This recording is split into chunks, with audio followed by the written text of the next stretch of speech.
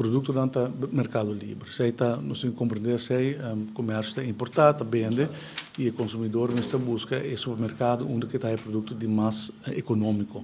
Sei tá nós temos 1.300 produtos de canasta básico que é produto não importante que nós temos que considerar que o rende, mas tem acesso a um preço pagável. E nada, nós determinamos aqui que é o porcentagem máximo que o preço está.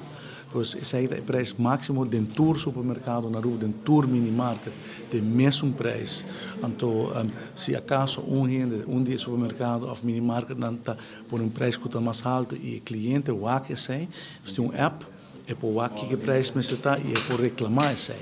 Então, agora o cliente mesmo por vista é dono de supermercados, minimarket, o preço que está mais alto, com o qual o preço está.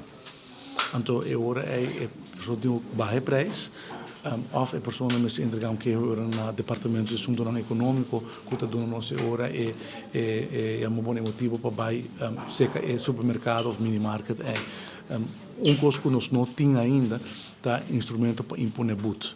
Nós, Ministério de Economia, cada 2 semanas determinar o preço, não?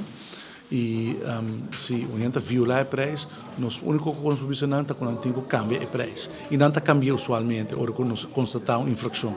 Mas agora que tem lei que está claro, como espera, para outra semana por dentro na vigor, então agora nós temos a autoridade para impor but. Significa que uma pessoa que não cumpre com o canasta básico trabalha isso mesmo com um buto considerável. Então, esse aí está incentivo para make sure que todo o produto no canasta básico at all times está cumpre com o qual a regra ministerial está dicta também. Isso aí é um passo grande para melhorar a posição de nos consumidores.